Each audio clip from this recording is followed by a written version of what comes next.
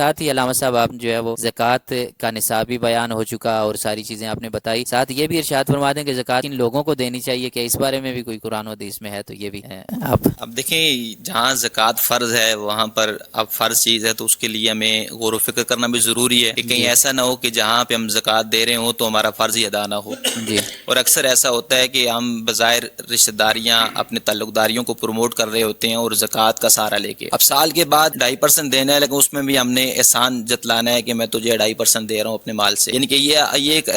تعداد ہے مسلمانوں کی جو اس طریقے سے زکوٰۃ ادا کرتے ہیں۔ تو میں تو ہمیشہ چاہے جمعے کے خطبے ہوں یا جب بھی ہو موقع ملے تو میں اکثر یہ کہا کرتا ہوں کہ سب سے پہلا ظاہری بات ہے حق ہے قرابت والوں کا۔ ویسے تو قرآن پاک نے 8 بندوں کا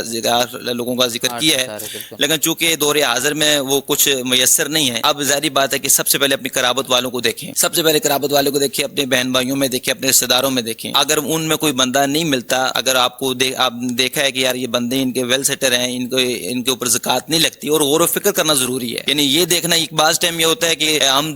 اکثر بیواؤں پہ اوپر بہت ترس کھاتے ہیں کہ فلاں بیوہ ہو گئی ہے اور اس کے پاس 2 تولے 3 تولے سونا اس کے پاس موجود ہوتا ہے، بعض کے پاس 7.5 تولے بھی سونا موجود ہوگا جو پہلے دور میں،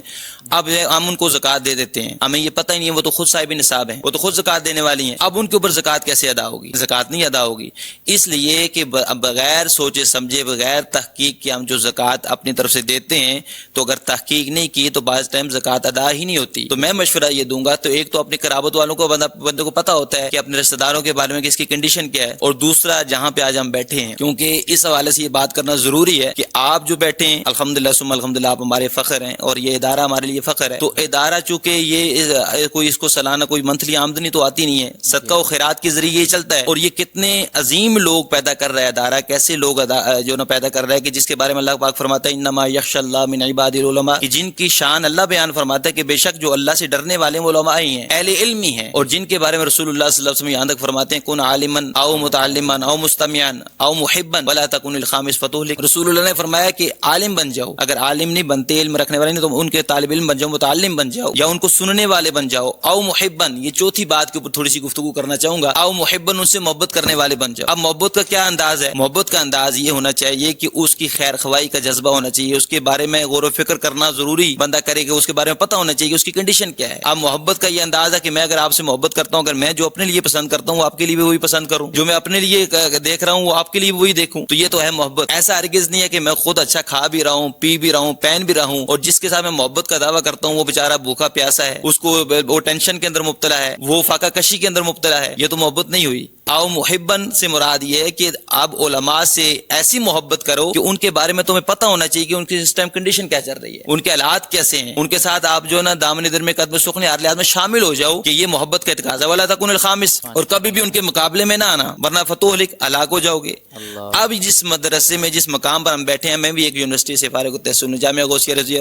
لاہور سے الحمدللہ، اب میں نے وہاں سے 8 سال پڑھا، اور میں نے تو 1 مہینہ بھی 1 روپیہ بھی فیس نہیں دی، صرف سالانہ میں کیا بھیجا کرتا تھا کہ داخلہ فیس بھیجا کرتا تھا۔ اب سالانہ جو اساتذہ اکرام ہیں، جو شیوخ ہیں، جو وہاں پہ ہمیں سہولیات دی گئی ہیں، اب کبھی بھی ہمارے جامعہ نے ہم سے مطالبہ نہیں کیا کہ آپ ہمیں کچھ دیں، اور یہی اب ایک عظیم درسگاہ میں الحمدللہ اس ٹائم ہم بیٹھے ہیں۔ تو یہ ہے کہ جو لوگ خوش نصیب ہیں وہ لوگ، رسول اللہ نے فرمایا کہ 3